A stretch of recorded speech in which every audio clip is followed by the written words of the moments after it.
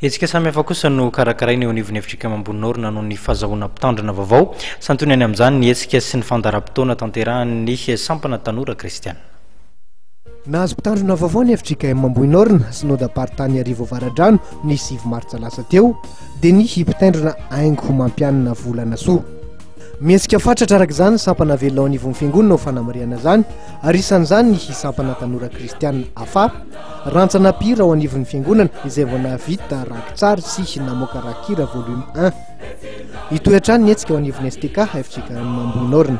Ny fiangonana FJK Mambonin'Orina Sabotsina Mena dia isan'ny nahavita dingana goavana ka afaka nampitambatra ho iray ny antoko pira ako ny famonjena tamin'izany fotoana sy ny rantsana pira tao amin'ny STK satria izany moa ny rafitra tokony arahana izay napetraky ny FJKM ary izany no nazahoana ny anaran'ny sampana ankehitriny ho STK ako ny famonjena.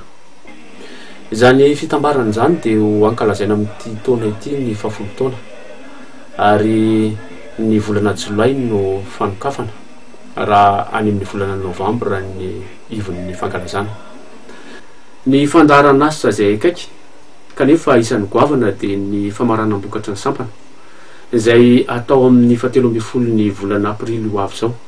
Misy rantsana maro ny STK FJK Mambonin'Orina ary ankoatra ny rantsana pira dia ao ihany koa ny rantsana fanatanjahantena sy ny club d'anglais.